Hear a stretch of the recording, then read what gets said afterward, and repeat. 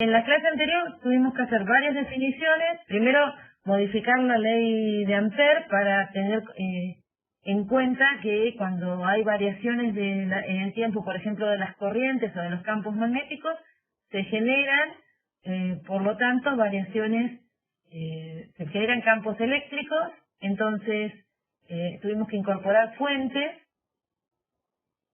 Espérate, vamos, uy Dios.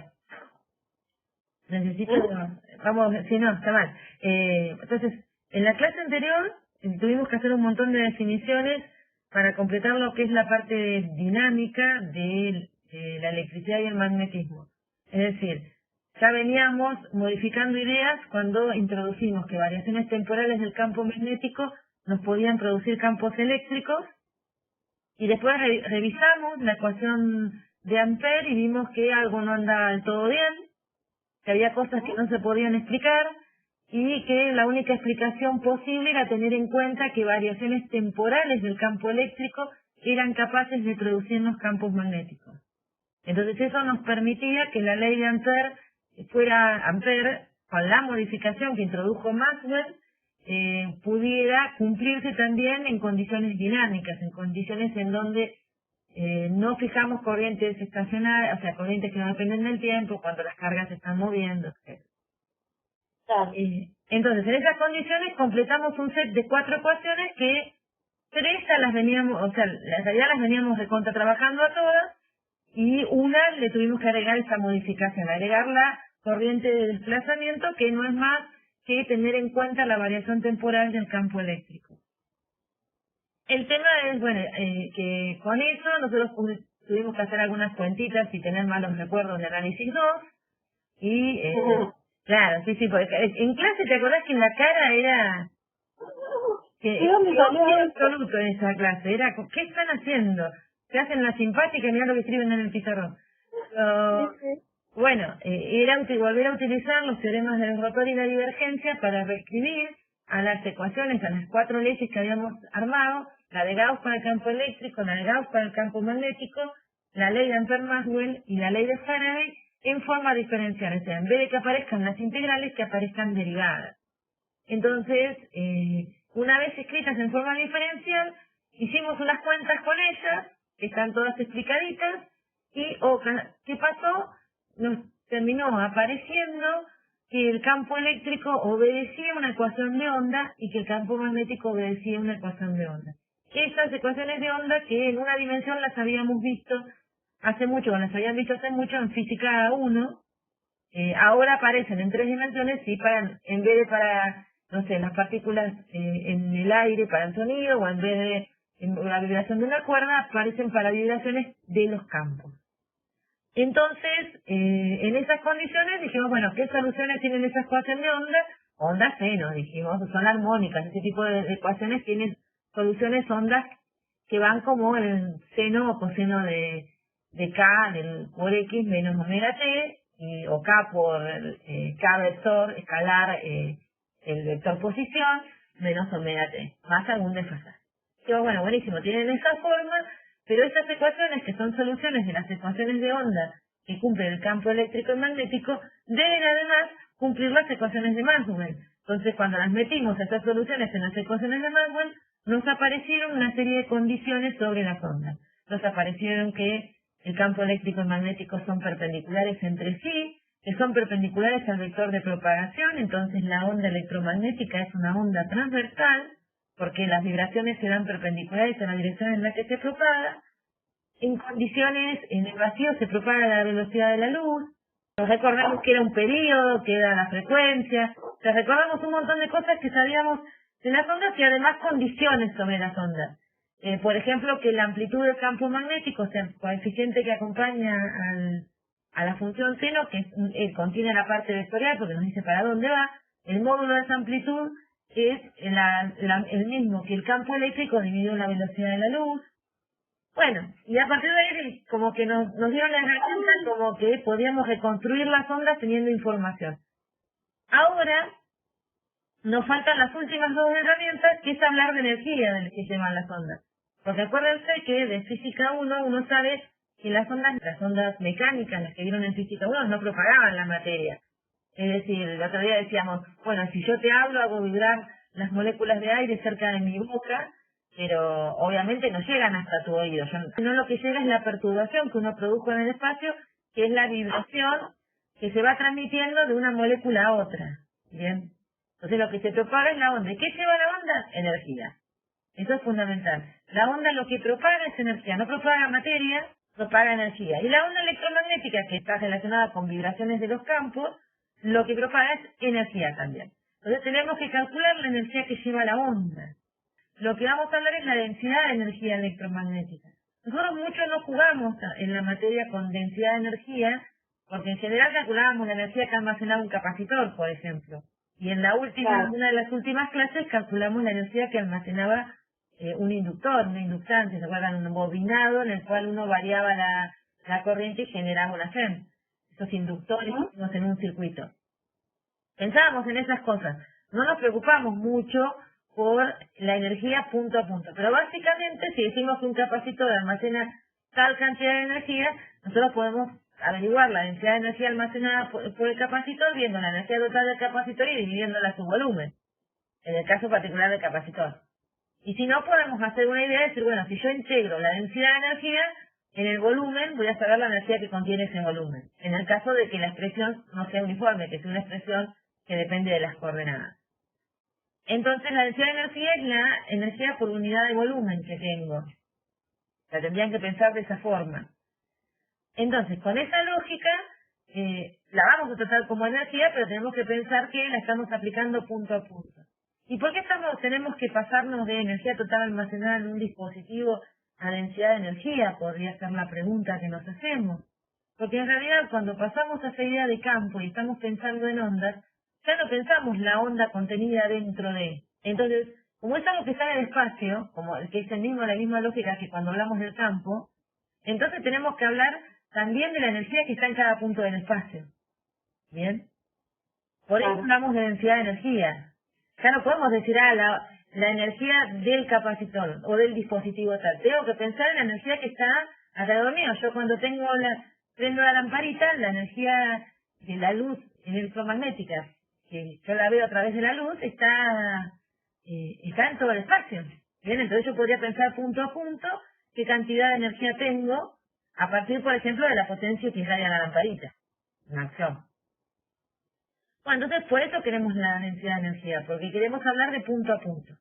Entonces, ¿cómo la calculamos la densidad de energía? Bueno, primero tenemos que pensar que si hay un campo electromagnético, porque a partir de ahora, para nosotros, si bien vamos a hablar de electricidad y del campo eléctrico y campo magnético, a partir de ahora sabemos que vienen juntos. Bien, que forman el campo electromagnético, que tiene las dos. Entonces tenemos que pensar en la energía relacionada al campo eléctrico y la energía relacionada al campo magnético. La que está relacionada al campo eléctrico es un medio de la permitividad del espacio donde está ese campo eléctrico, en este caso estamos hablando de vacío todavía, por el módulo del campo eléctrico al cuadrado. Y en el caso de la energía magnética es un medio de 1 sobre mu0 por el módulo del campo magnético al cuadrado. Esas dos, entonces la energía del campo electromagnético es la suma de esas dos energías. ¿Cómo la escribo? Y bueno, yo tengo que reemplazar el módulo del campo eléctrico en la primera expresión. ¿Y cómo era el módulo del campo eléctrico el módulo del campo eléctrico al cuadrado? Y se acuerdan que era la amplitud del campo eléctrico por el seno, o sea que nos queda E0 desde la amplitud al cuadrado por el seno cuadrado de bueno, acá es una onda que se propaga en la dirección del eje Y por algún motivo, menos omega t más i, que acá estaríamos hablando en particular de una onda que se propaga en el eje Y, sino acá sería K escalar R, si lo queremos dejar general para cualquier dirección.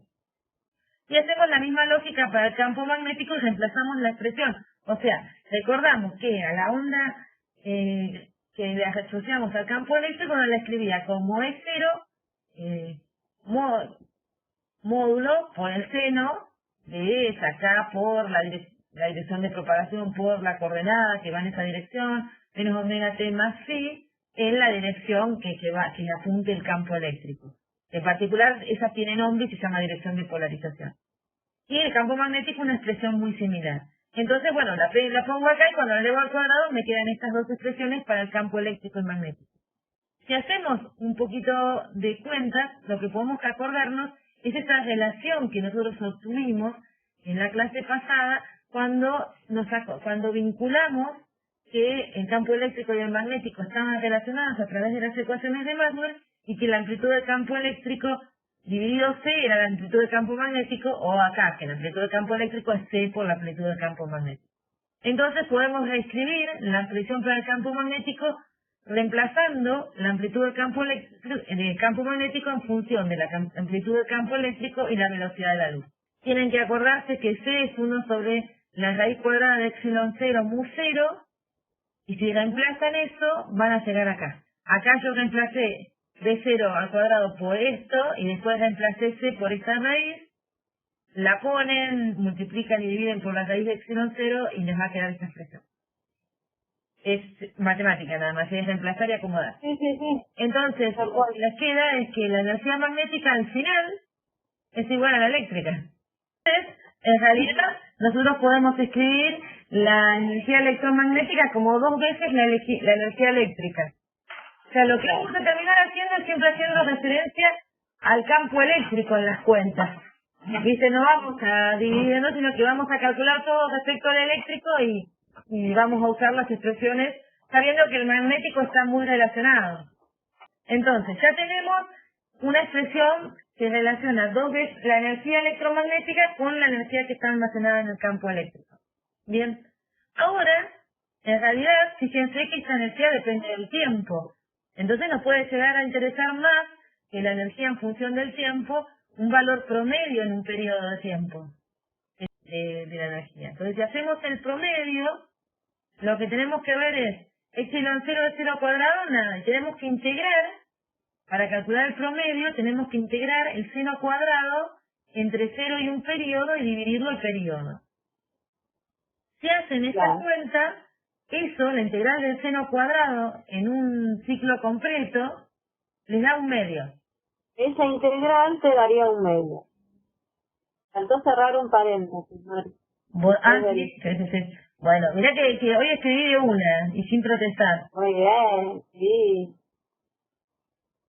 Debe ser porque... Ahí está. Bueno, entonces tenemos una expresión para la energía promedio que es en realidad la que más van a usar, ¿no es cierto, Flavia? No van a usar la temporal sino la promedio, porque es la que más nos interesa. En un periodo nosotros tenemos ese valor de energía.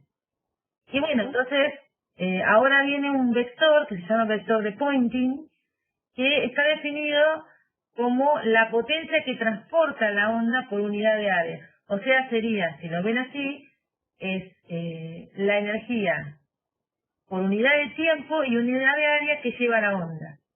Porque la potencia, acuérdense que era energía por unidad de tiempo. Claro. Ahí ya tenemos la energía por unidad de tiempo y a su vez por unidad de área. Entonces, con esta definición, el vector de Poynting está definido como 1 sobre mu 0 por el producto vectorial entre el campo eléctrico y el campo magnético. Ahora fíjense en una característica, si nosotros hacemos el producto vectorial entre el campo eléctrico y el magnético, nos va a dar siempre la dirección de propagación. Así que el vector de Poynting, la dirección del vector de Poynting nos da la dirección en la que se propaga la onda. Con lo cual, si ustedes les dan en un problema, el vector de Poynting apunta en tal dirección, ya saben para dónde se propaga la onda. Y si les dan la dirección de propagación, calculan el vector de Poynting y no les está apuntando en esa dirección, ya saben que hicieron mala cuenta.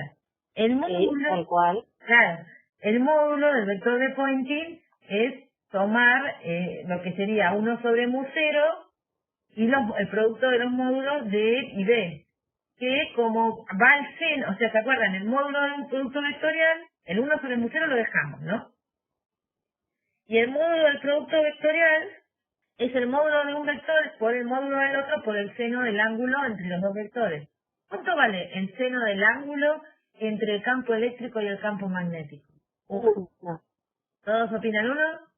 Sí, perfecto, ¿viste? Van entendiendo. Bien, entonces como son perpendiculares, bien, como son perpendiculares, el ángulo que forman es pi sobre 2, así que el seno nos da 1. Entonces nos queda 1 sobre mu 0 por el producto del campo eléctrico por el campo magnético. Entonces, si uno después reemplaza de vuelta esta expresión que tenemos arriba, esperen que busque el punterito, Claro. para marcar No, que no. y de vuelta, o sea, esto nos va a quedar 1 sobre mu0, módulo de E, módulo de B. Y el módulo de B lo reemplaza usando en la expresión de B0 seno. ¿Bien? Y además de 0 lo reemplaza en función del campo eléctrico. Cuando hace esa cuenta y la acomoda un poquito como hicimos hoy, recordando cuál es la velocidad de la luz, llega a que el vector de Poynting tiene amplitud epsilon 0 c por el módulo del campo eléctrico al cuadrado. Pero es común que cuando les preguntamos por el vector de Poynting se olviden del seno cuadrado ese que queda, que es importante, porque el vector de Poynting tiene esa parte, ¿no? Claro. No es solo la amplitud de los campos o el campo eléctrico al cuadrado, esa relación que uno puede hacer por cómo están relacionados los campos, ¿sí? El módulo del vector de Poynting es todo lo que está escrito ahí abajo. Y siempre va a ser así, ¿está bien? Tiene que aparecer ese seno cuadrado. ¿Se puede repetir? Sí, claro.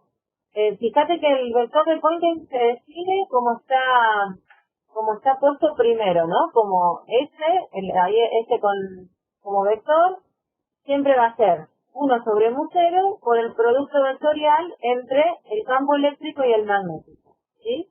Entonces, a raíz de esa definición surge que la dirección de este vector va a ser la dirección de propagación, que es lo que está escrito ahí en el primer renglón de la llave. Y el módulo de este vector de Poynting, ¿cómo se va a calcular? Demasiado largo. Bueno, por ser el módulo de un producto vectorial, quedaría, si uno lo empieza a calcular, sería 1 sobre mu0, el módulo del campo eléctrico por el módulo del campo magnético por el seno del ángulo, ¿no? Donde el ángulo es el comprendido entre el campo eléctrico y el magnético. Ustedes nos respondieron muy bien que ese seno vale 1 porque los campos forman un ángulo de 90 grados entre sí. El módulo del campo eléctrico es 0, seno de KI menos omega t más i. Ahora, para el campo magnético, ¿qué tendríamos que poner? B0 por el seno de KI menos omega t más i. Pero eso lo podemos escribir un poco más acotado usando las relaciones que conocemos entre E0 y B0, que la tenemos ahí, ¿no? Que E0 es igual a C por B0. Entonces, en vez de reemplazar E0, lo que vamos a reemplazar es B. El campo magnético lo reemplazamos en función del eléctrico, ¿sí? Entonces, B0 lo reemplazamos como E0 sobre C. Y después también usamos la expresión de C, de 1 sobre la raíz de epsilon 0 mu0, y juntamos seno de kx menos omega t, que aparece 2 veces multiplicando C, como seno cuadrado. Y deberían llegar con todo el álgebra y todos esos reemplazos a la expresión que está puesta ahí abajo de módulo de S, que termina siendo epsilon 0 por la velocidad de la luz por el seno cuadrado de KI menos omega t más i. Eso es el módulo del vector de Poynting.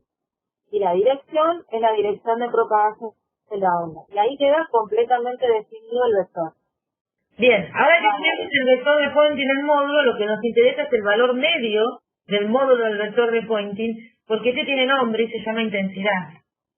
Entonces, el promedio en un periodo del módulo del vector de Poynting, es decir, la potencia promedio transportada por la onda por unidad de área, es la intensidad I, y obviamente hacemos la misma cuenta que hicimos arriba. Si sacamos el promedio en un periodo de esto, el epsilon 0, C, es 0 cuadrado, quedan tal cual porque son constantes y tenemos que integrar de vuelta al seno cuadrado en un periodo y dividirlo el periodo. Y eso nos vuelve a dar un medio.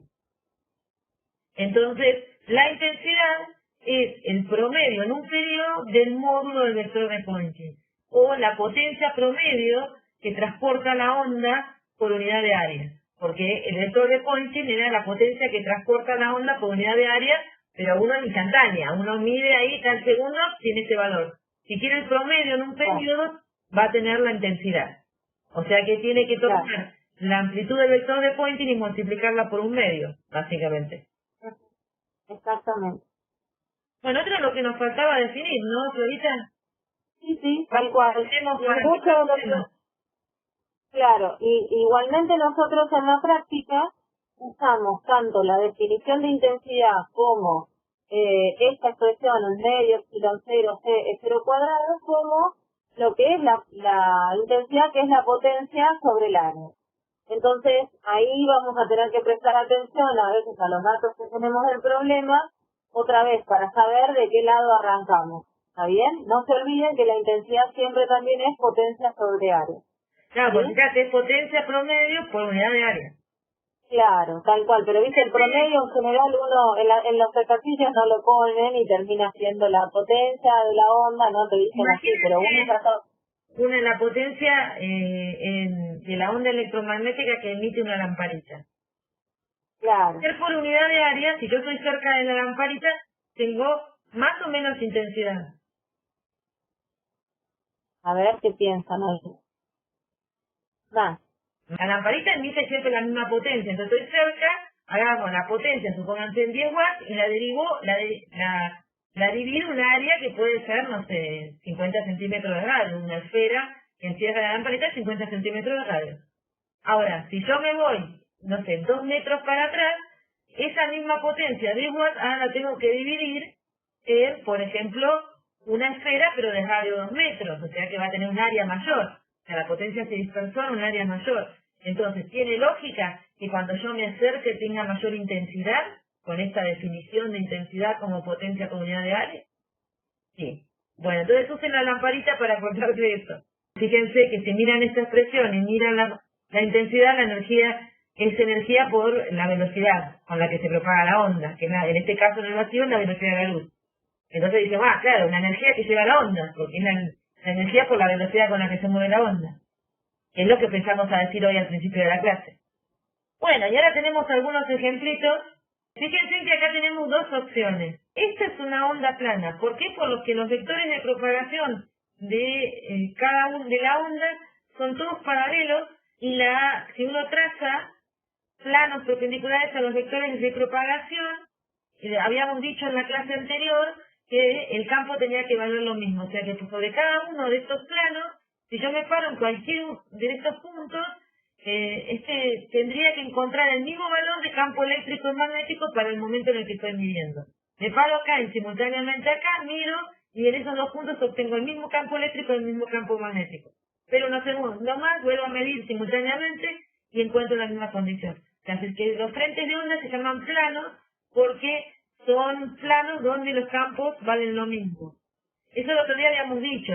¿Se acuerdan que, por ejemplo, la onda que estábamos jugando recién, que se propagaba en la dirección del FI, habíamos dicho que si fijábamos valores del FI, como no dependían ni de X ni de Z, íbamos a obtener los mismos valores de campo. Así que planos paralelos al plano XZ, podemos suponer que esta es la dirección del FI, siempre iban a ser los frentes de onda de la onda plana. Y por eso la onda se llamaba plana.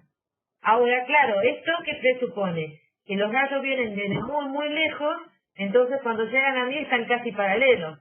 Claro. Yo me acerco a la fuente, eso no pasa, en una lamparita uno no ve los rayos paralelos, así la luz tan dirigida. Ve más esto, una divergencia esférica desde la lamparita. Acá hablamos de frente de onda esférico, que era el ejemplito que estábamos viendo hoy de intensidad. La lógica que nosotros aplicamos a hablar de intensidad, tengan cuidado, porque uno la aplica así medio alegremente porque la cuenta da, pero hay que tener cuidado porque la intensidad varía distinto cuando está muy curvado el frente de onda. La intensidad que acabamos de calcular es para este tipo de onda. O sea, para ondas planas.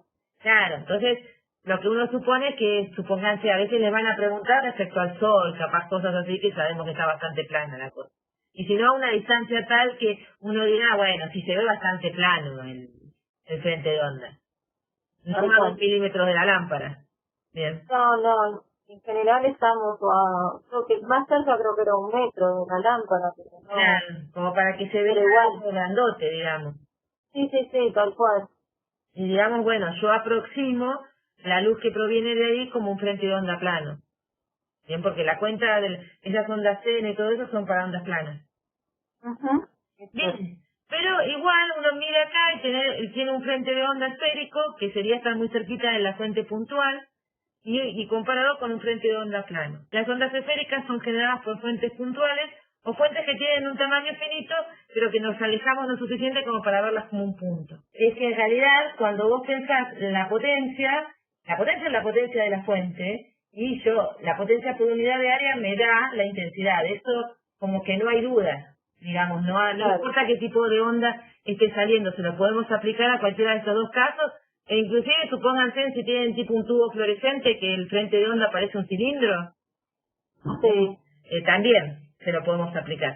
Ahora, por ahí, si uno quiere aplicar esas expresiones del vector de Poynting que usamos hoy, viste, con el número de epsilon 0, el 0 cuadrado, y por ahí tenemos que estar un poquito lejos, porque esas sí hicieron de suponer ondas planas.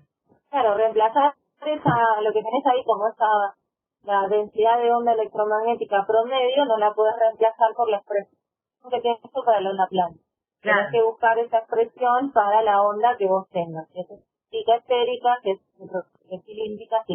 Claro, eso me refería. Que eso que está como promedio. La tomás como que decís, bueno, la voy a aproximar como que plana porque estoy lejos y la usás. Claro. Es lo que tenemos que los problemas, digamos. Tal cual. Es el tema que siempre, si llegan a usar esto, lo tienen que aclarar, si el problema no se los aclara, ¿no? Pero en general nosotros vamos a trabajar lejos de las fuentes, por eso digo, siempre lo vamos a usar como si fuera una onda plana, pero hay que saber que esto que está escrito en promedio, ahí en la expresión de la intensidad, puede cambiar su expresión de acuerdo al tipo de onda que tengamos. En eso hay que tener cuidado. Fíjate que uno tiende de tanto leerlo en los libros y aplicarlo así con la aproximación, a olvidarse que está haciendo una aproximación. Tal cual. ¿Varía la intensidad de la onda plana? ¿Qué opinan? Si nos alejamos, nos movemos de uno de estos planos a este, ¿van a tener menos intensidad? No, dice Andrés. ¿De acuerdo? Dice algo, no porque en un plano el cero es constante. Claro, muy bien, exactamente. Porque aquí, bien, eso es lo que pasa en la onda plana. Claro. Este cero es constante en todo el plano y a su vez, como no dependía de dónde nos parábamos, no depende de la posición en que tengamos, de para dónde se está propagando la onda, dónde estamos, siempre tiene el mismo valor. Así que en todos esos planos el cero vale siempre lo mismo. O sea, no solo es constante en un plano, sino en todos los otros planos. ¿Está bien? Y la energía, ¿te acordás que para una onda plana nos da un medio de epsilon 0 de 0 cuadrado? Claro. Así que ya está, si el cero no varía, como dijo Rosana, no va a cambiar la energía promedio, no va a cambiar la intensidad tampoco. La onda esférica cambia con el área que tomemos. Claro. Preguntan bien cómo era la justificación de que no varía en ondas planas. Bueno, Dale vos si querés. digo, justificar que no varía en ondas planas, vos ahí lo que considerás es más bien cómo es la expresión de este promedio temporal de la energía electromagnética, esto que está puesto ahí entre esos como especie de corchetes, no sé cómo se llaman estos signos, pero son como especie de esos signitos. Esa expresión dependía de la amplitud del campo eléctrico, ¿sí? Del E0. El E0 es el mismo para cualquiera de los planos que vos estés parando, cualquier posición en la que vos estés parando sobre ese frente de onda, ¿sí? Con lo cual, entonces ahí decís, no, esto no cambia porque este cero no cambia y todos los demás son constantes. Lo otro que depende es del epsilon 0, que es la permitividad del aire o del vacío, la velocidad de la luz, un medio, o sea que no va a cambiar, ¿sí? Al no cambiar es cero, que es la amplitud del campo eléctrico, todo lo demás es constante, entonces no cambia. ¿Está bien? En cambio, en la onda esférica, uno lo que tiene en cuenta es la otra parte de la intensidad, que es cómo se define, si quieren, que tiene que ver con la potencia sobre el área, o potencia por unidad de área. Entonces, claramente, si nos paramos cerca de la fuente, que tenemos un área más chica, ¿sí? Vamos a tener una intensidad, pero si nos alejamos, vamos a tener un área más grande, la intensidad va a disminuir, ¿sí? La potencia se divide en un área más grande, básicamente. Claro. La misma Pero ¿qué es lo que nos- potencia en un área más grande. Tal cual. Pero ¿qué es lo que nos pasa con cualquier lámpara que tengamos en casa? Si nos acercamos mucho nos encandila, ¿no? Y si nos alejamos, la intensidad de luz que recibimos no es mucho menor a estar cerca, ¿sí? ¿Está bien? O sea, eso lo podemos asociar. Ahora, estamos muy lejos de la fuente, como si fuera ya un frente plano, y nos seguimos alejando, no podemos percibir que esa intensidad esté cambiando, ¿sí? Que eso un poco tiene que ver con eso también, con que la intensidad para una onda plana no varía. Y ahora sí, vamos a ver el problema 2, que es una aplicación de todo lo que estuvimos viendo. Entonces dice que es un problema típico de los que les toman en parciales. ¿No, Flavita? Sí, tal cual. Entonces tenemos el campo eléctrico de una onda electromagnética plana que se propaga en el vacío, se presenta como y les da la presión del campo eléctrico, ¿no? Con todas las magnitudes expresadas en el sistema internacional SI. ¿Por qué les hago esta aclaración? Por lo que les dijo Flavia el otro día. Dentro de la función seno no puede haber ninguna unidad. Entonces, cuando les dicen que las magnitudes están expresadas en el sistema internacional, quiere decir que Z la van a tener que poner en metros, Y lo van a tener que poner en segundos, y que el campo eléctrico tiene las unidades del sistema internacional, voltios por metro o newton sobre coulomb. Porque si no, uno no sabe, ve la expresión ahí y el Z lo pone en nanómetros y arruina todo. Tal cual. Bien, entonces vamos a ver qué nos piden una vez de habernos dado esto. ¿Por qué se llama plana y si se modifica la amplitud en el espacio? Esa es una pregunta de las que suelen preguntar típica de la parte teórica del parcial. Sí, pero está bueno que ya la empecemos a pensar. Y sí, porque van a tener una instancia donde van a rendir eso. Plana porque el campo se propaga en una dirección Z, lo ponen como pregunta. Se propaga en la dirección Z, eso está bien, acabamos de descubrir la dirección de propagación. Pero no es exactamente por eso, porque otra onda también se podría. Igual, guarda con cómo lo estás escribiendo, porque no es que el campo se propaga, lo que se propaga es la onda. Claro. El campo oscila, ¿sí? Oscila se dice mejor. Y de hecho Porque fíjate que el campo, en X, ¿no? O sea. claro, y el campo tiene un seno ahí como, ¿no? Tiene un seno de algo, o sea que el campo está oscilando.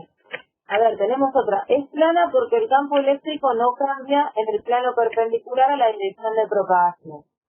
Bien. Me gustó. Va Me encantó. mismo en el plano Mismo frente de plano onda. perpendicular acá. Aquí estamos. A ver si distinguimos, claro, cuáles son los planos. ¿Cuál es la dirección de propagación y cuál es el plano perpendicular a esa dirección de propagación? A ver si se animan. La dirección de propagación es Z y el plano sería el XY. Bien.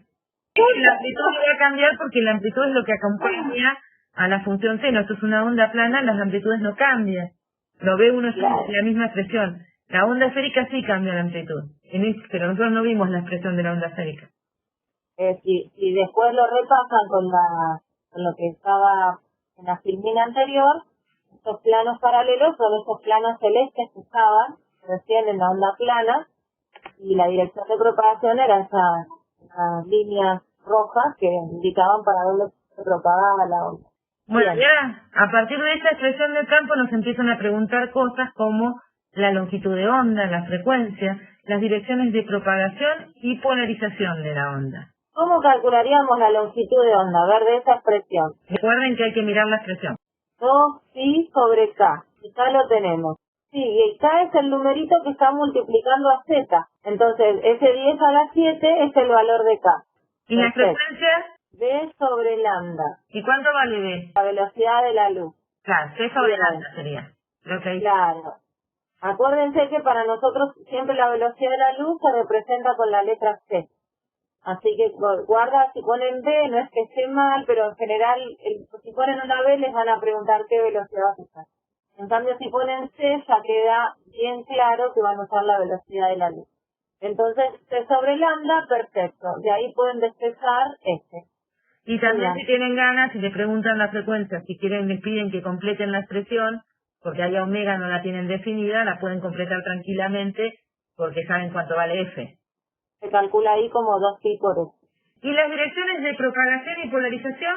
Z es la dirección de propagación. La dirección de propagación la encuentran de esta expresión del seno, ¿sí? La coordenada que ustedes tienen puesta adentro del seno les está indicando para dónde se propaga. Acuérdense que sale el producto escalar entre el vector K, que es el vector de propagación, y el vector R, que son las coordenadas de los puntos. Entonces, si hacen el producto vectorial, escalar, y les queda Z, quiere decir que el vector de propagación solo tiene componente Z. Claro. O sea que la coordenada que les aparece ahí adentro del seno, hoy cuando Marisa empezó escribiendo las ecuaciones al principio dijo, esta onda se propaga en I, porque había una I ahí adentro del seno, en J, digamos, ¿no? En el eje I, quiero decir, ¿sí? Se propaga en J, ¿está bien? Tenía que ver con eso. Y el tema de la polarización, acuérdense bien eso que se define como la dirección en la que estaba oscilando el campo eléctrico. Y ahí al final de todo tienen el versor I para el campo eléctrico. Ahí les está diciendo que la dirección de polarización es la dirección del eje X o del versor I también, como lo quieran contestar. Esto sería lo que entraría en la función. ¿Ven? Claro. Tienen que hacer ese producto escalar. Entonces, si a ustedes les quedó solo Z, quiere decir que K solamente tiene componente Z. Porque la parte de KX por X, la parte de KY por Y no les está apareciendo. ¿Sí? ¿Quedó claro eso? Ahí tienen que hacerlo la cuenta no con la que veníamos usando, módulo de uno, módulo del otro, coseno, sino, ¿se acuerdan? Componente, producto de las componentes X, más producto de las componentes Y, más producto de las componentes Z, que es la otra forma de calcular el producto escalar. Ahora tenemos que hacer el campo magnético. Y nos preguntan, ¿es la onda transversal y por qué? O sea, primero vamos por el campo magnético. O sea, la amplitud del campo magnético, ¿cuánto vale? O sea, tendría una expresión parecida a la del campo eléctrico, ¿no? Entonces tenemos que empezar. Sería B0, seno de algo, en alguna dirección, menos omega t, y la dirección del campo magnético. La primera pregunta es, ¿cuál es la amplitud del campo magnético? Claro, ¿cuánto vale ese B0, no? Claro, ¿Lo podemos encontrar o no? Conteniendo solo el campo eléctrico. Bien. B0 es B0 sobre C. Perfecto. ¿Y la parte del seno, con su argumento, lo tenemos que cambiar? No. ¿Van en fase los campos eléctricos y magnéticos? Queda igual, dicen, lo que está dentro del seno. O sea, toda la parte del seno no nos queda. Entonces nos queda nada más que la dirección. ¿Cuál será la dirección del campo magnético? J versor. ¿Y cómo la sacaron? Ahí está escrito, ven, 10 sobre C sería la amplitud, todo escrito lo mismo para el seno. Bueno, falta algo más. Tendrían que haber reemplazado el valor de omega que obtienen de esta cuenta. Aviso. Claro. O sea, tendría que quedar todo el número. Es perpendicular a E y a la dirección de propagación. Ahí me encantó. Podría haber quedado en menos J también, ¿no? Sí, también. Porque I es la del campo y Z es de propagación. Pero hay un orden en el producto vectorial este que uno tiene que hacer, ¿sí? Siempre tienen que tener cuidado, no sé si pasa que lo definimos hoy, ¿no? El vector de Poynting. Claro, tienen que con el vector de Poynting. Recuerdan que el vector de Poynting, que coincide su dirección con la dirección de propagación, es el producto entre el campo eléctrico y el magnético. Entonces, ustedes tienen, cuando hacen el producto entre el campo eléctrico y el campo magnético, la dirección de este producto les tiene que dar la dirección del vector de Poynting, que es la dirección de propagación. Como esto está en K, y esto está en I, necesitamos tener a J para que el producto nos dé en K. Si nos hubieran dicho que la onda se propaga en menos K, ¿bien? O que el campo eléctrico está polarizado en menos I, o nos aparece un signo de ese estilo, y eso nos puede cambiar el signo de esto. ¿Bien? Claro. O si, por ejemplo, nos dicen que se propaga en J y el campo está en I, bueno, habría que ver en qué dirección está B para que se cumpla que el producto vectorial nos dé la dirección de propagación. Claro, o sea, básicamente hay que volver a tratar, lo pueden hacer otra vez o con la regla de la mano derecha o acordarse cómo son las permutaciones de estos IJK de la terna para que siempre les quede que ese producto vectorial les devuelva la dirección de propagación. Acuérdense que el producto vectorial siempre tiene un orden, no es conmutativo, entonces no es lo mismo dar vuelta y alguno de los vectores porque me da vuelta el resultante. Onda transversal preguntaba, ¿y por qué? A ver, ¿qué pasa ahí? ¿Cómo justificarían ustedes que eso es una onda transversal? Sí, porque E y B particulares a la dirección de propagación. Perfecto. Y eso es lo que oscila, ¿bien? Ahí está el vector de Poynting. ¿Cómo se relaciona bueno. la dirección con el sentido de dirección de propagación de la onda? ¿Hicieron algo? Mirá, un medio...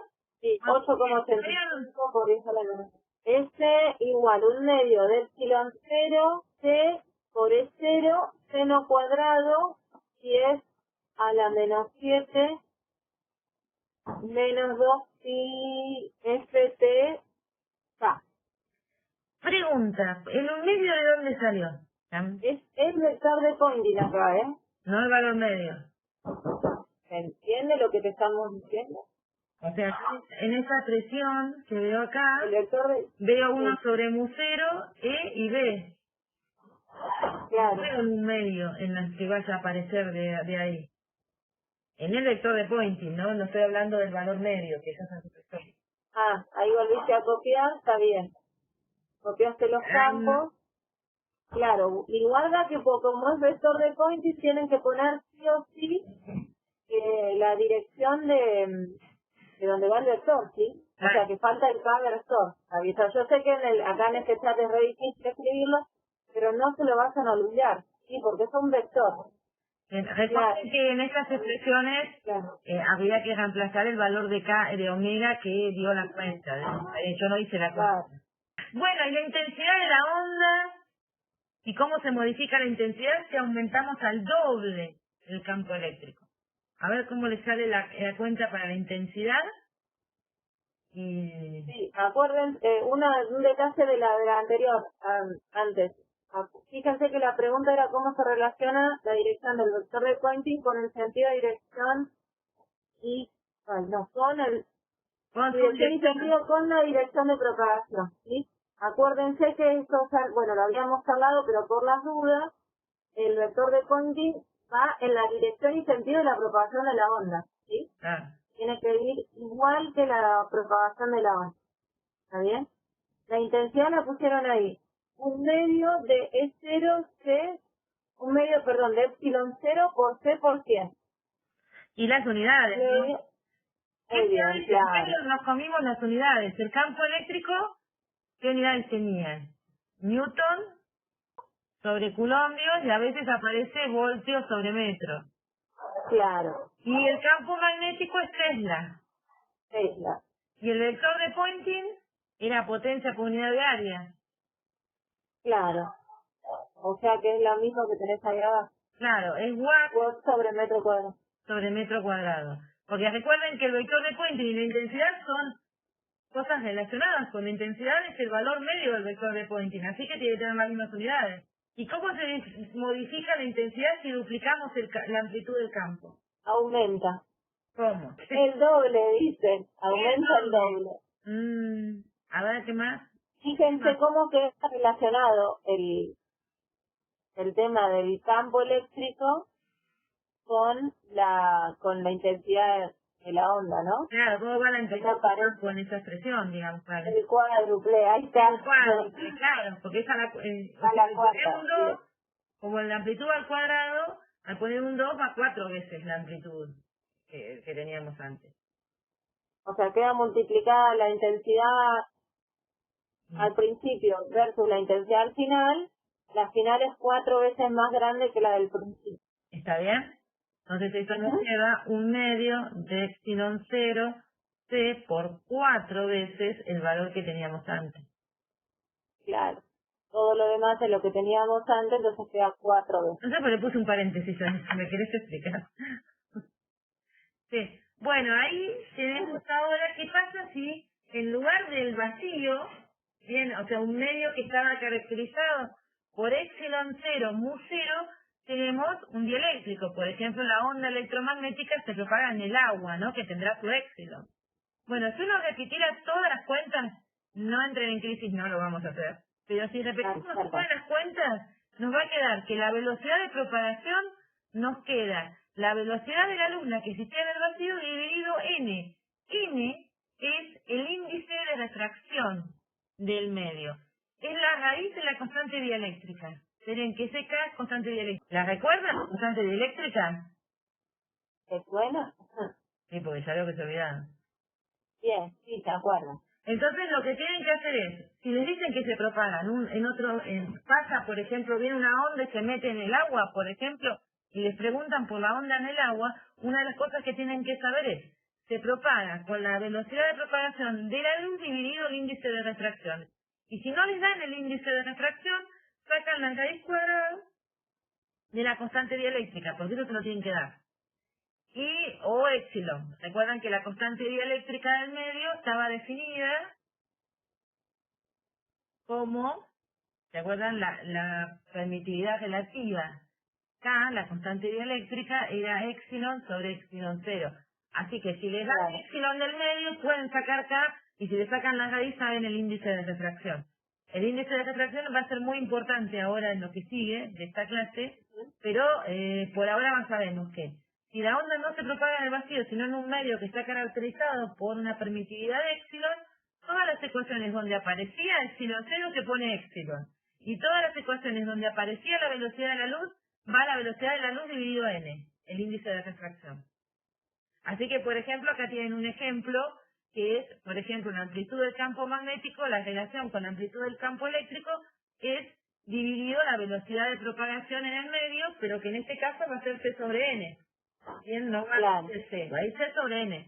Y la energía promedio, por ejemplo, es un medio de épsilon por E0 cuadrado. Antes era un medio de épsilon 0 por E0 cuadrado, va un medio de épsilon. Y la intensidad, fíjense, que tenía la que teníamos que hacer era un medio de épsilon 0, acá tengo que poner épsilon. Y por C, la velocidad de propagación de la onda en el vacío. Ahora, como se propaga en un medio, es C sobre N. Y la amplitud del cuadrado del campo. O sería la velocidad de propagación en ese medio. Ya está reemplazado como C sobre. Bueno, vamos a un problema porque la mejor manera de entender todo esto es usar un problema, ¿no es cierto, Flavia? Totalmente. Entonces, vamos al problema 6 de la práctica. De pasar, vamos adelantando con la práctica. Considerar una onda plana de frecuencia 60 Hz. Recuerden que bueno, ahí ya es más que específico, ¿no? Porque les ponen la F, para que sepan que es la F, y aparte se la ponen en Hz. Si no les tienen a poner la F, la palabra Hz significa que es F. Que se propaga en el agua, cuyo índice de refracción es 1,33, en la dirección Z, polarizada en la dirección X, y con una amplitud del vector campo eléctrico de E0 igual a 5 voltios por metro.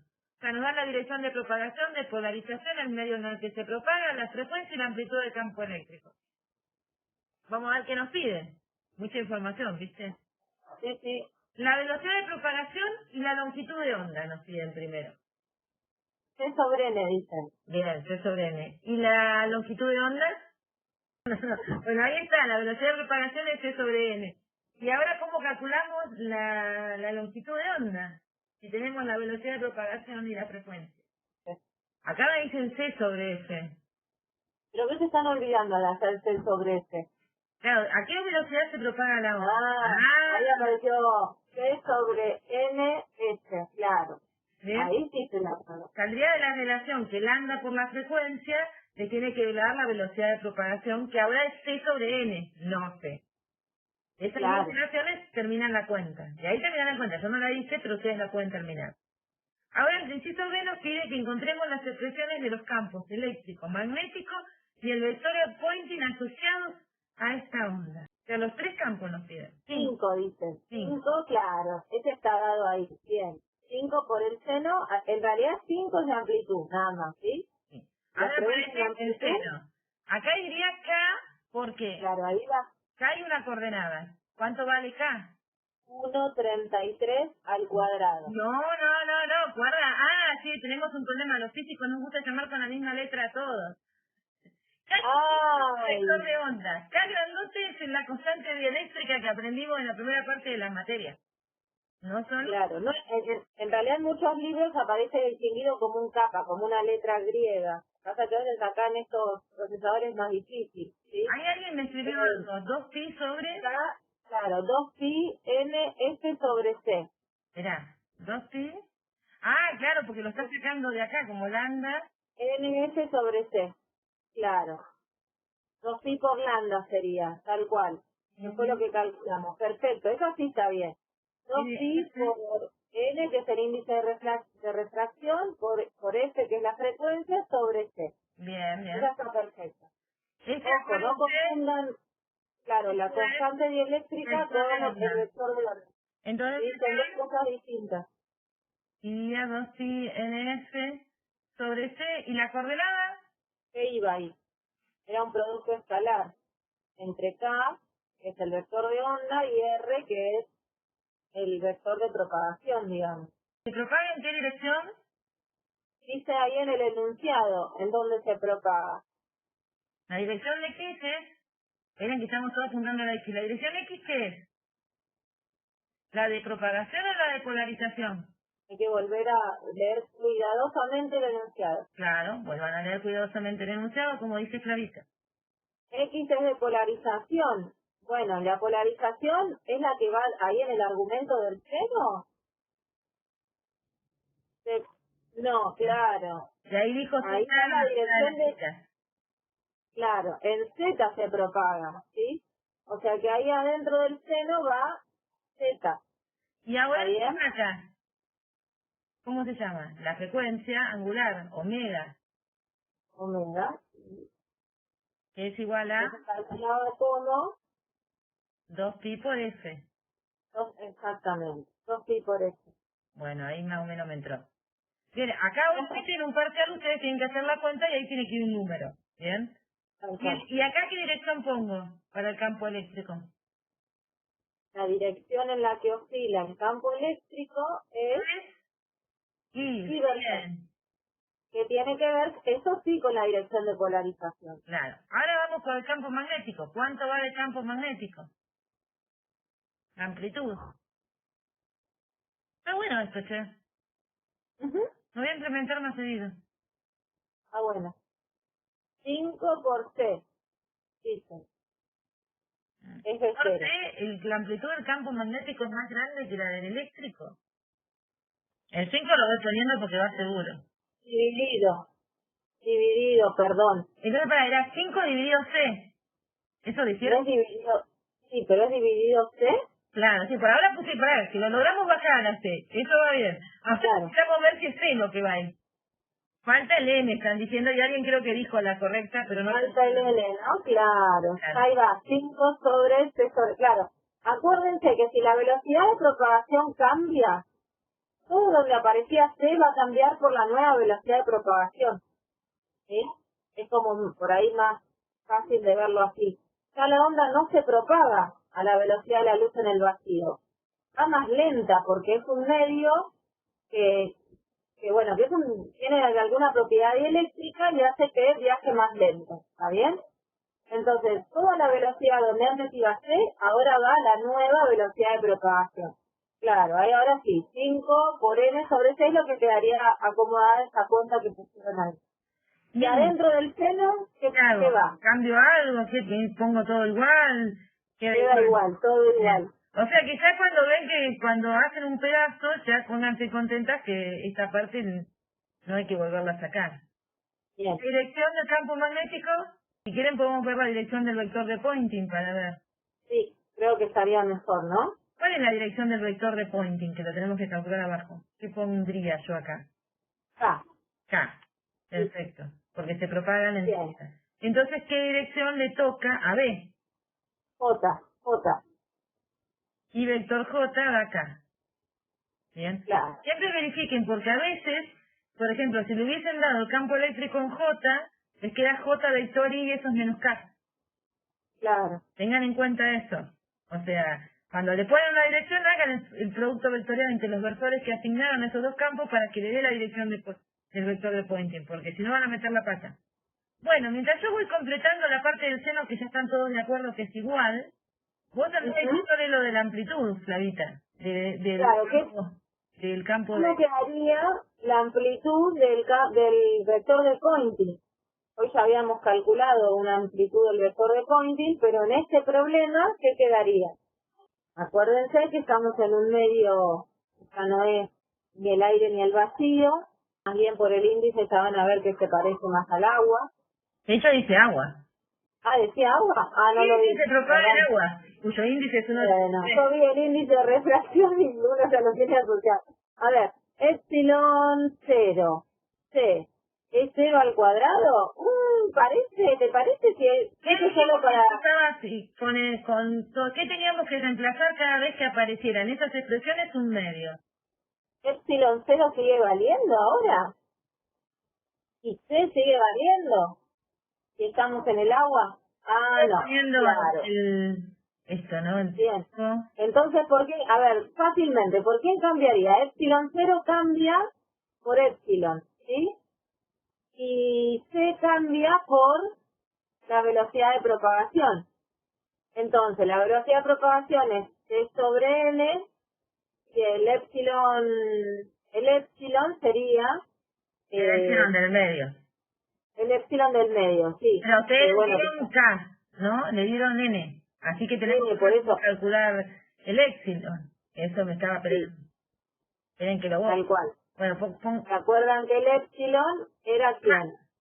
pongo el C sobre N. Uy, me estoy sacando la cabeza. Sí, con el C sobre N y el...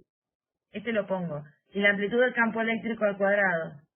Claro, C sobre N va y el 5 al cuadrado, bueno, o el 0, ahí va, 5 al cuadrado iría, perfecto. Y ahora pensemos cómo calcular el epsilon que iría ahí. Ahí lo arreglo. El epsilon que va ahí, a ver, ¿cómo saldría? Nosotros tenemos N como dato, que es el índice de refracción del medio. Básicamente cualquier epsilon nuevo era K, o sea, la constante dieléctrica por el epsilon 0, ¿no?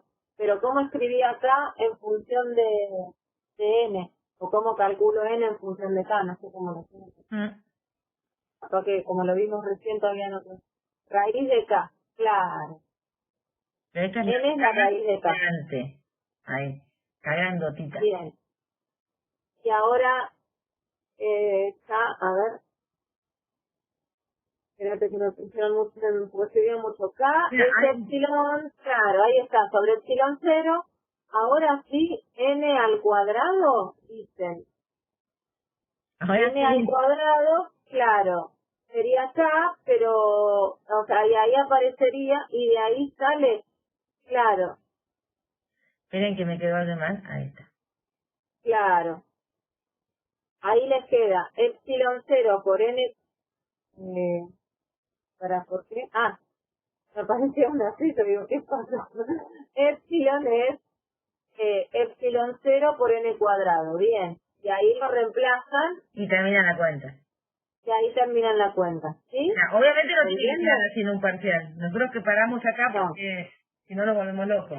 Pero... tal cual. ustedes Ustedes tienen que llegar al número, tienen que encontrar el número que va ahí. ¿Y la Perfecto. intensidad cómo la calculo? Es lo que nos queda calcular, queda el inciso C. Un medio por epsilon 0, N al cuadrado C sobre N por 25. Bien. Me gustó. Dice, Bueno, ¿no de sería acuerdo por las dudas, epsilon sino el 0? ¿cómo? No, va acá epsilon 0 porque ya usaste el reemplazo. Al poner, fíjate que epsilon es epsilon 0 por N cuadrado. Está acá al costadito. Lo puso Marisa acá en este recuadro del lado izquierdo. ¿Sí?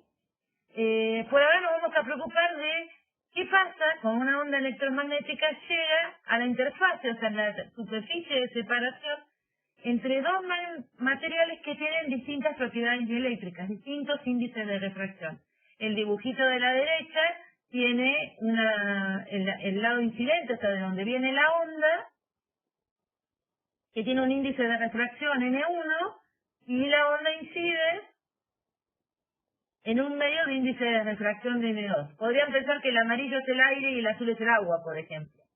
Entonces, lo que va a pasar con esa onda es que una parte de la onda se tiene que reflejar.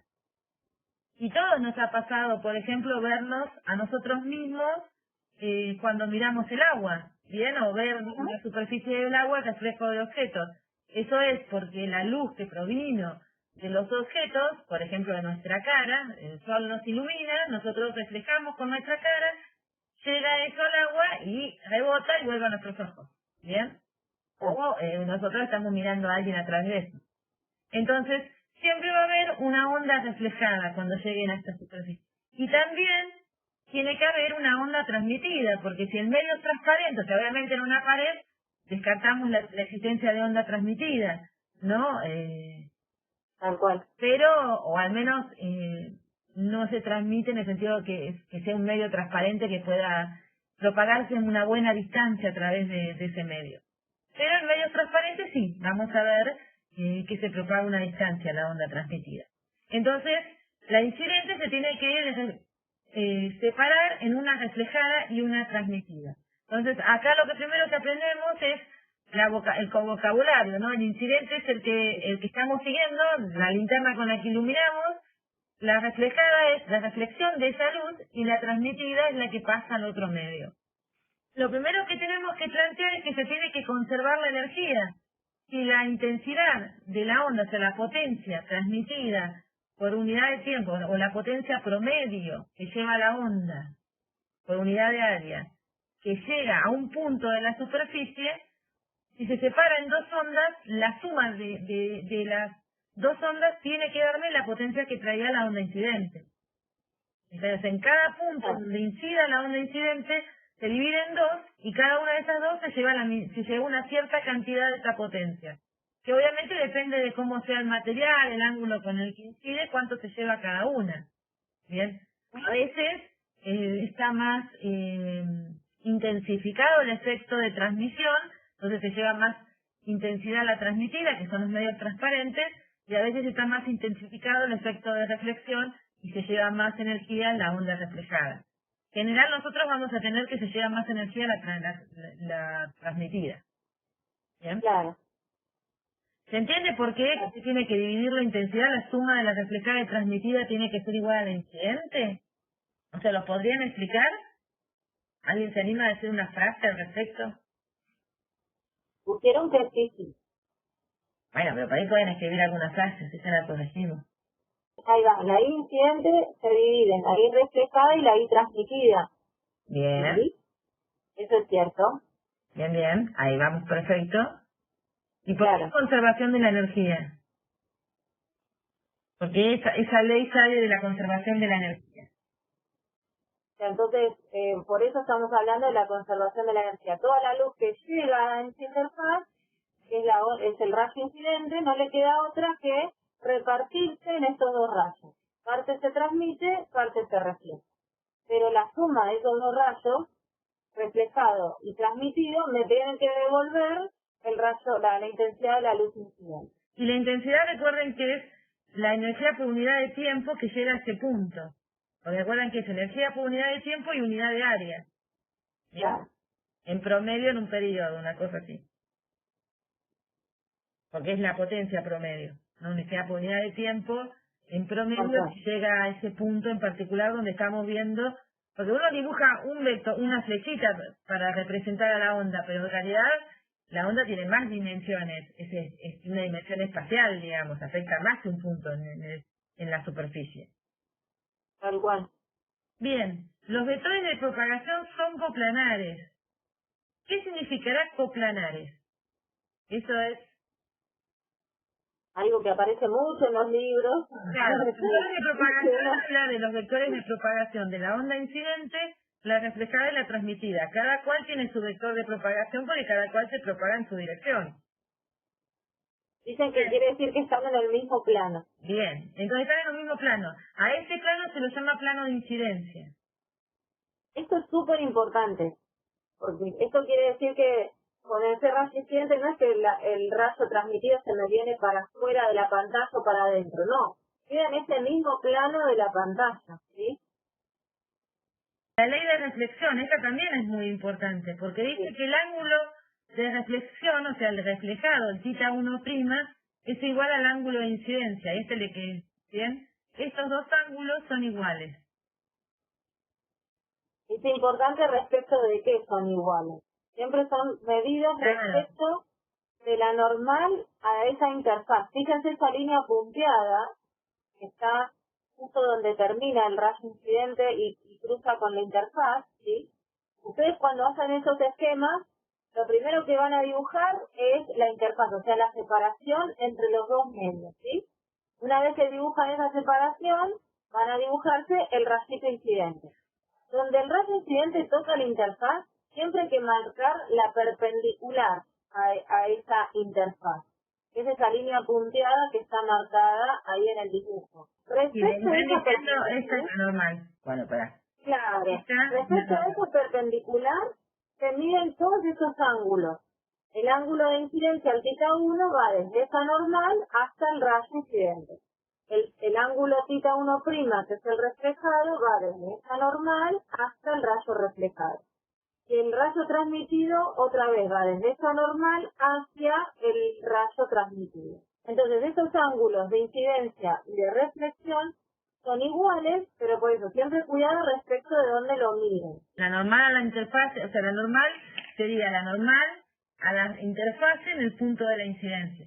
Y esa normal ahí es una interfase plana, pero bueno, si tuviera curvatura, tendrían que ver cuál es la perpendicular de esa curvatura, digamos. Y después vamos a ver todo eso.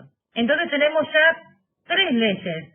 Una que dice que la intensidad se divide en la reflejada y transmitida, que la incidente es igual a la reflejada y transmitida. Otra que dice que los tres rayos, porque acá hay como una parte de historia, ¿no? Porque Newton los pensó como rayos, y después se entendió que eran ondas, cuando apareció la teoría electromagnética, porque había otros efectos que no se podían describir si no los pensábamos como ondas, que los que vamos a ver después. Y después volvimos a pensarlos en rayos de partículas, pensaba Newton. Y luego volvimos a pensar en rayos de partículas cuando tenemos la teoría esta de la cuantificación que Einstein propone que son fotones. Así que los físicos vamos y venimos, más o menos bien ondulatorios. Que son partículas que no son partículas. Lo que pasa es que después, cuando pensamos en partículas, le asignamos una dualidad. Ya en la visión moderna, la luz a veces se comporta como una partícula y otras veces, para otros fenómenos, la consideramos como onda. Pero esta idea de rayo, ustedes imagínense la palabra rayo como la dirección del vector de propagación. Como si ese rayo representara en el dibujo al vector de propagación de la onda. Bien, y sería por ahí lo más correcto dentro de la teoría ondulatoria. Entonces, vamos con tres leyes. Una que define cómo queda la energía, que la energía se conserva. La otra que dice que los tres vectores de propagación están en un mismo plano, lo cual nos simplifica mucho las cuentas.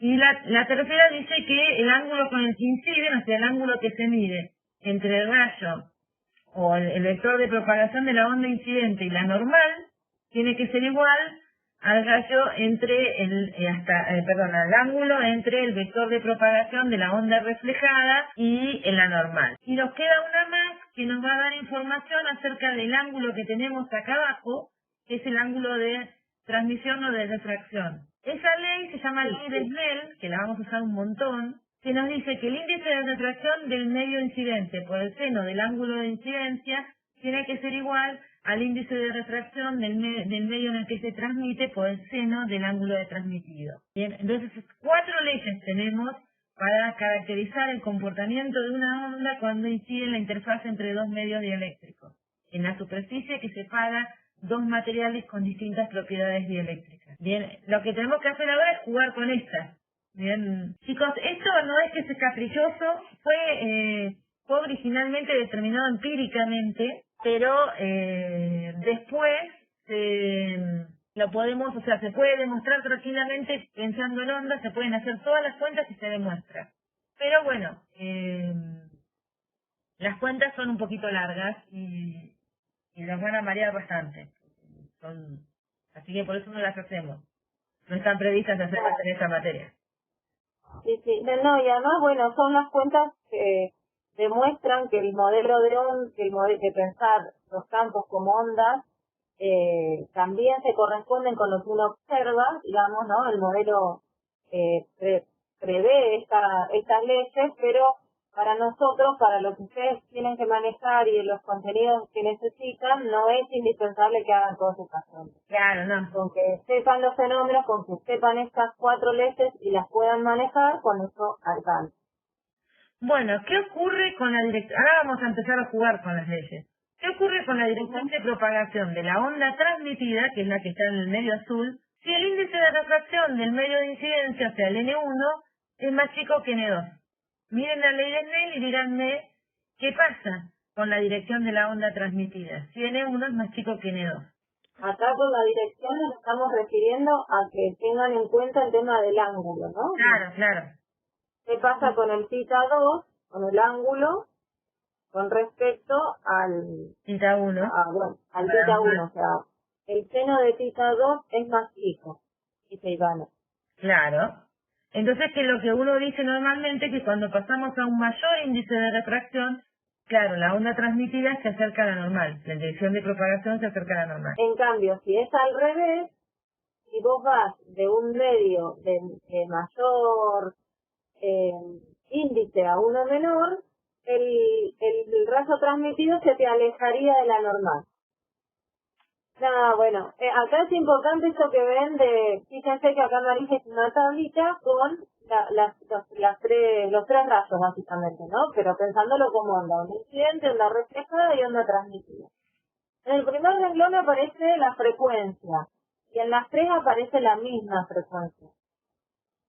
¿Por qué? Porque nosotros en esta materia vamos a ver este caso, donde la frecuencia no cambia cuando pasamos de medio. No es que siempre pasa esto, ¿sí? Puede cambiar la frecuencia cuando uno pasa de un medio a otro. Pero lo que vamos a trabajar nosotros es el caso en el que esto no sucede. Entonces, siempre la frecuencia la vamos a considerar constante. Después, con respecto a las velocidades de propagación, fíjense que tenían que ver en cada velocidad de propagación con el índice de refracción del medio, ¿sí? Entonces, lo que pasa a veces es que les preguntan, por ejemplo, ¿qué cambia cuando, no solo por la dirección de propagación, sino qué magnitudes cambian si la onda pasa del aire al agua, por ejemplo? Y entonces, ¿ustedes qué dirían? Bueno, la frecuencia no cambia porque estamos a libres, en el caso que la frecuencia no cambia. Ahora, la velocidad de propagación cambia. Y la respuesta es que sí, porque la velocidad de propagación depende del índice de refracción del medio. Entonces, para los rayos que están en el mismo medio, que son el incidente y el reflejado, la velocidad de propagación es la misma. Fíjense que esa cuenta C sobre N1 nos va a dar siempre lo mismo. Pero, si pasamos al otro medio, ya la velocidad de propagación cambia. Si N2 es mayor que N1, la velocidad de propagación todavía se mueve más lenta, ¿no? La luz en ese medio, y vendríamos al revés o pasaríamos a un medio de menor índice, aumentaría la velocidad, ¿está bien? Pero la velocidad de propagación cambia cuando cambiamos de medio. Y después, bueno, si la velocidad cambia, pero la frecuencia permanece constante, no le queda otra que cambiar la longitud de onda, ¿sí? Así que ahí tienen, y que otra vez lo mismo, para el rayo incidente y reflejado, es la misma longitud de onda porque están en el mismo medio, pero para el rayo transmitido les queda otra longitud de onda, ¿sí? Y ahí está la manera de calcularlo, que no sale, esto sale de usar la velocidad de propagación como lambda por F, pero lo pasan con la frecuencia, ¿no? Quedaría de ahí también, como omega sobre K sería por ahí más fácil y de ahí despejarla. Bien, entonces ahora tenemos un problema para discutir, que es una especie de pregunta de opción múltiple. Si una luz luminosa incide desde el aire a la superficie plana de un vidrio con un ángulo de incidencia de 0 grados, indicar justificando cuál de las siguientes magnitudes cambian en la onda transmitida. La velocidad de propagación, ¿qué opinan? ¿Cambia? Entramos de el aire a un vidrio, bien, con un ángulo de incidencia de 0. Bien, cambia. Cambia porque cambia el medio. Bien. Muy bien. Vos con la que siga mientras yo escribo. Bueno, dale. La dirección de propagación. ¿Cambia? Acá hay que pensar en la ley de Snell, ¿no? Acá hay que pensar, claro, en esa ley N1 seno de θ1 igual a N2 seno de θ2. Entonces, el del aire es 1, seno. Porque... otro detalle, n del aire es 1, por las dudas, no sé si lo habíamos Claro, mostrado, porque ¿no? acuérdense que dijimos que n, recuerden esto, es la raíz de k, que es epsilon sobre epsilon 0. Pero para el aire, lo que tenemos que poner arriba, el epsilon del aire es epsilon 0. Entonces nos queda que n es la raíz de epsilon 0 sobre epsilon 0, que nos da 1.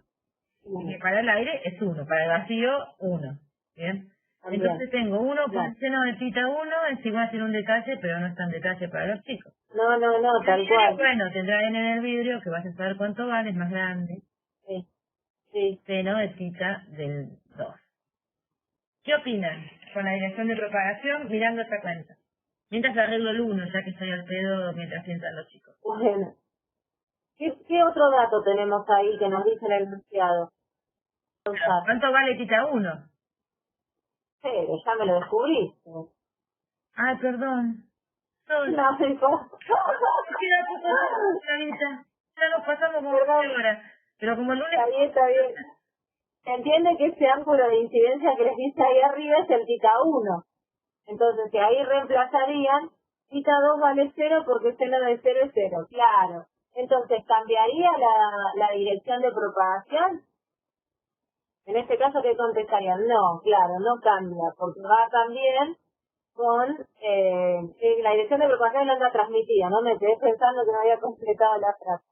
No cambia la dirección de propagación en la onda transmitida porque el ángulo transmitido me da igual que el otro ángulo. O sea, da 0. Solo porque esto es 0, ¿está bien? Porque incide con ángulo 0. O sea, está incidiendo sobre la normal a la superficie. Estamos incidiendo bien perpendicular. Eso quiere decir ángulo de incidencia 0. ¿Sí? Bueno, ¿qué pasa con la intensidad? Claro. Estamos siempre viendo la onda transmitida. Vamos a poner intensidad del incidente. Ahí. Es un medio. Como es el aire va a epsilon 0. C por E0 cuadrado de la incidente, ¿no? Y la densidad de la transmitida es un medio de epsilon, velocidad de propagación, que podemos ponerlo como C sobre N, del vidrio, por E0 cuadrado de la transmitida. ¿Cambia o no cambia? Claro, lo que nos falta escribir es que además tenemos la intensidad de la reflejada, Sí. que es un medio, de epsilon 0, porque está en el aire, la reflejada por C, por E0 cuadrado de la reflejada. Entonces, ¿qué opinan? Mirando esto, tenemos 3 intensidades. ¿Cambiará la intensidad de la transmitida respecto de la incidente? El silencio es unánime, ¿está? Sí cambia, dicen. ¿Por qué? Sí, porque la velocidad de propagación es distinta. Bien. Pero también son distintos los ceros, ¿no? Podrían compensarse. ¿Qué otra cosa nos da la prueba? Que dice al lado, no dice, preguntan, ¿qué dice al lado de epsilon No en sé, I transmitida? es la T. C sobre N. Dice C sobre Sí, N del vidrio. sí, porque la Por la porción conservación de la energía, dicen. Claro, conservación de la energía nos obliga, al tener una intensidad reflejada, obviamente esa salió de algún lado. ¿Bien? Claro. Entonces, sí, principalmente porque esto es distinto de 0.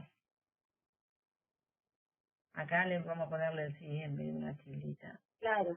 Entonces, hay algo reflejado. Claro. ¿Sí? Entonces, si hay algo reflejado, ya está. Ahí ya tienen entonces que van a ser diferentes. La amplitud del campo eléctrico, ¿Cambia la amplitud del campo eléctrico entre la onda incidente y la transmitida? fíjense en que las intensidades son proporcionales a los campos. Bien, o sea que en principio ya con tener esas ecuaciones de arriba tiene que cambiar la amplitud del campo. Tal cual. Todas las de arriba son distintas de 0, así que no va a tener la misma amplitud el campo transmitido que el incidente, porque de alguna forma tendríamos un problema, digamos, porque ¿qué haríamos con la parte reflejada? Así que sí, cambia. Exactamente. Cambia. Esto es más difícil de justificar la amplitud del campo. Sí, tal cual. Es que para completarlo tenés que tener otra información que no la sacamos nosotros, que son los coeficientes de Fresnel. Sí. Pero bueno, acuérdense que cambia. La amplitud del vector de Poynting, esa es más fácil. ¿No entendieron? Acá, bueno, guarda, para más simple para ver esto de la amplitud del campo eléctrico, fíjense que habíamos dicho. ¿Cómo? Es ver el vector de Poynting, ¿no? Sí, o habíamos dicho eso de que las intensidades entre la incidente y la transmitida cambiaban, ¿sí? Y como decía Marisa, cada una de estas intensidades son proporcionales a los cuadrados del campo eléctrico de cada una de esas ondas, ¿sí? Entonces, lo que también uno podría decir, y bueno, pero se me podría llegar a compensar el épsilon con el NB. No, bueno, no tanto, o sea, lo que está cambiando también es la amplitud de los campos. Pero nos falta un poco más de información a veces para poder responder del todo esta pregunta.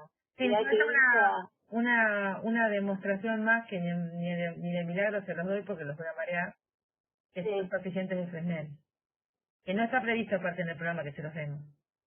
No, así que bueno, de última esto, tengan en cuenta que no solo cambian las intensidades por esto que cambia el medio y la velocidad de propagación, sino que también porque cambian las amplitudes en el campo eléctrico. Bien, y nos queda la amplitud del vector de Poynting. ¿Qué pasará con la amplitud del vector de Poynting de la onda incidente contra la transmitida? Cambia. Bien, ¿y por qué? ¿De qué depende, Sam? Porque cambia de cero. Si cambia de cero, también cambia Poynting. Aparte cambia todo, digamos, pero se pueden dar la amplitud del vector de Poynting está directamente relacionada con la intensidad. Acuérdense, el valor medio del módulo del vector de Poynting es la intensidad. Claro. Entonces el valor medio del módulo del vector de Poynting les quedaría la amplitud del vector de Poynting por la parte del seno.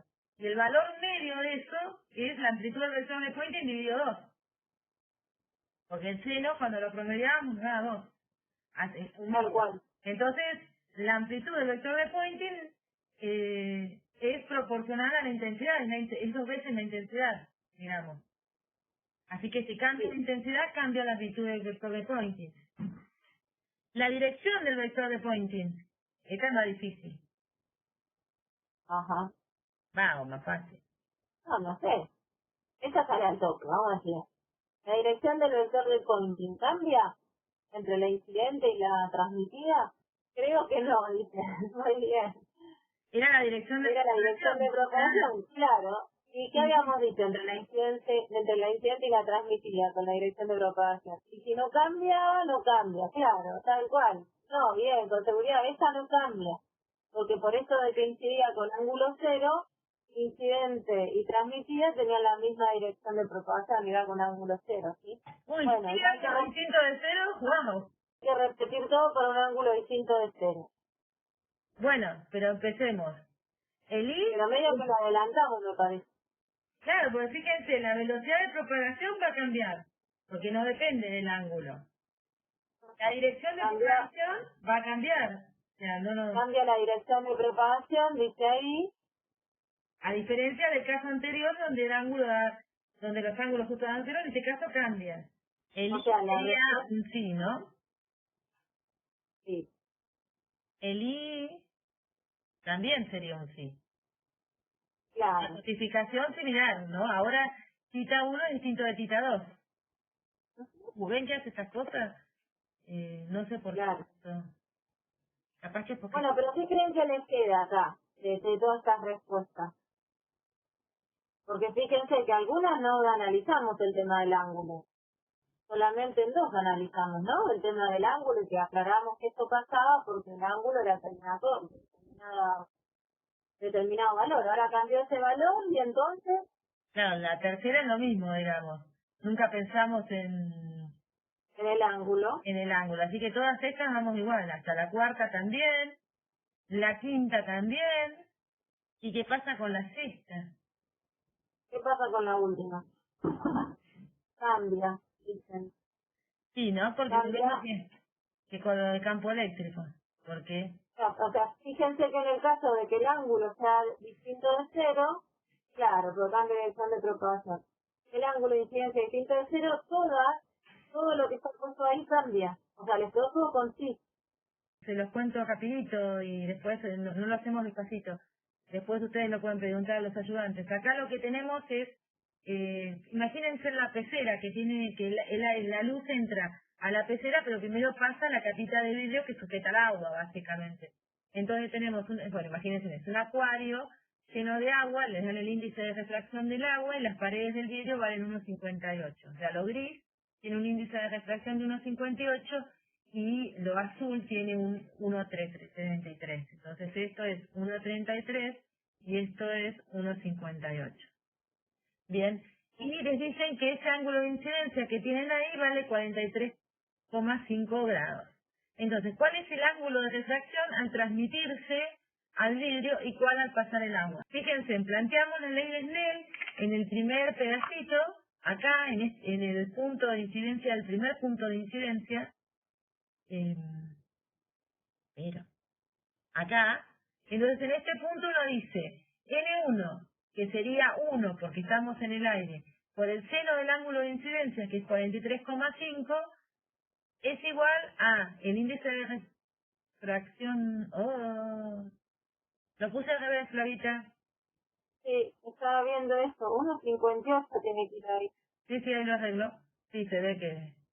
O sea, sería N del vidrio, que es 1,58 por el seno del ángulo transmitido al vidrio, ¿sí? Ahí lo arreglé. Entonces, claro, de ahí hay que despejar el tita vidrio, digamos. Claro. Está llamado ahí como tita vidrio. El arco seno del seno de 43,5 dividido 1,58.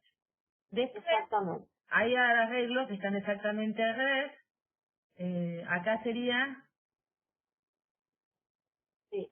1,58 por y acá serían 33. Igual a 1,33. Eso es cuando ya pasaron del vidrio al agua, porque fíjense que el ángulo de incidencia en el vidrio es el mismo que el que calcularon antes como transmitido. Son estos ángulos alternos internos que llamaban, ¿no? Entre paralelas que les quedaban. Claro, este ángulo de acá es también este de acá. Es alternos internos entre paralelas. Entonces este es el ángulo de incidencia en la segunda interfase y pueden calcular el transmitido aplicando la ley de Snell.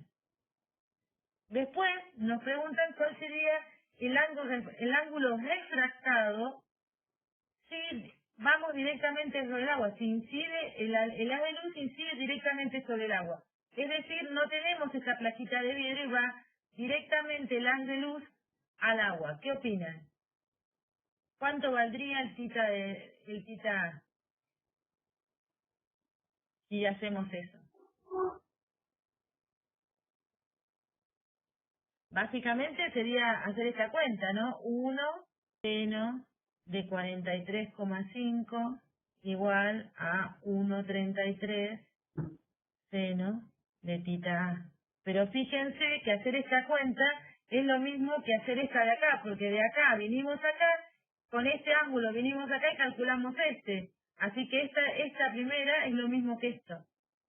Así que ya el ángulo lo habíamos calculado, es el mismo que el caso anterior. Y como preguntas adicionales, había algunas que era, por ejemplo, porque no nos preguntan nada por la reflexión, y después nos preguntan sobre eso y uno entra en crisis. Entonces puede decir, ¿cuál es el ángulo de reflexión en la superficie de aire vidrio? ¿Cuánto valdría el ángulo de reflexión en la superficie de aire vidrio? O sea, la primera, esta de acá. Si trazamos el reflejado, ¿se acuerdan que leíanría para el ángulo reflejado? Igual al ángulo de incidencia. Claro, igual que el ángulo de incidencia. ¿y en el de vidrio agua? Y en el de vidrio agua, ley de Snell, dice. Pero es el reflejado. No va Snell ahí. Siempre los reflejados usamos lo mismo, igual al incidente. ¿Sí? Este de acá. ¿Cuánto valdría ese ángulo? forma con la línea punteada este de acá. Ay, qué disfrazo, no pasa nada. No te preocupes. Sería lo mismo, claro, sería lo mismo que el que incide aquí, también, que era lo mismo que el transmitido del caso, del primer caso. O sea que sería igual, aquí Para eso sería el incidente, título reflejado igual a θb, ¿no es cierto? claro, tal cual. Y acá vamos a poner bien esto porque esto quedó horrible. Acá es θ. Bueno, esperen que les hago otra pregunta medio. ¡Oh! Pará, que estaba la cuenta, mirá. Ah, bueno. Parece que me copo y después me olvido yo mi. Sí, me parece que no sé, ya estamos como. Me acelero. Es como, viste, cuando se nos iba demasiado la clase y queríamos terminar. Sí, sí. Me parece que lo de altura aparente va a ser mucho. Sí, sí. Si no, hacemos la clase que viene, aunque sea. Se puede pasar a... Total es un problema de la práctica, hay una solo, pero... O sea, lo que les queremos contar es, les muestro el dibujito por ahí y eso, y después ustedes lo ven igual están todos los libros. Bueno, acá lo importante es que miren que el quita del vidrio reflejado, ves que en el vidrio reflejado es el mismo que en el silente, y el del agua, el de reflejado en la superficie del agua es igual al que venía al transmitido del vidrio, en estas cosas. Y después nos pueden preguntar si se siguen cumpliendo las leyes que estamos trabajando, si la superficie es rugosa, y hay que decir que sí. O sea, esas leyes se cumplen siempre, no importa la forma que tenga la superficie. Van a cumplirse siempre. Lo que pasa es que si es rugosa, los rayos reflejados y transmitidos salen para cualquier lado. Tal cual. Y entonces se ve todo muy distorsionado. Sí. Y por eso, por ejemplo, se puede justificar por qué se ve difícil a través de un vidrio empañado. Porque el rayo transmitido sale con distintas, o sea, al tener gotitas de agua de distinto espesor, el rayo transmitido sale para distintos lados, porque las superficies son diferentes en las que se refleja y se transmite, entonces empieza a salir de todo en distintas direcciones y uno ve todo distorsionado. Porque uno ve las cosas a través de lo que reflejan o de lo que transmiten. Básicamente, después de la clase que viene los retomamos, pero por las dudas si quieren avanzar en la cosa. Fíjense, la clase que viene. Cuando ustedes hablan de elevación transparente pueden hacer un experimento en casa, que es agarrar un vaso, pero que no sea de vidrio, sea una taza o algo así, algo que ustedes no puedan ver adentro. Y pongan una moneda, esa es de $1, ¿ves? De otra época. Y ustedes, fíjense, pónganse en la posición, si estuvieran acá verían la moneda. Entonces se van corriendo hasta el punto exacto en la que casi ni la ven. Y se quedan quietos. Entonces después lo que hacen es poner agua en la y lo que les va a pasar es que ese rayo que originalmente venía para acá y no pasaba por el ojo de ustedes, ahora, debido a que tiene que salir del agua y entrar al aire, se aleja de la normal y ustedes van a empezar a ver la moneda. Esa sería la explicación de la elevación aparente.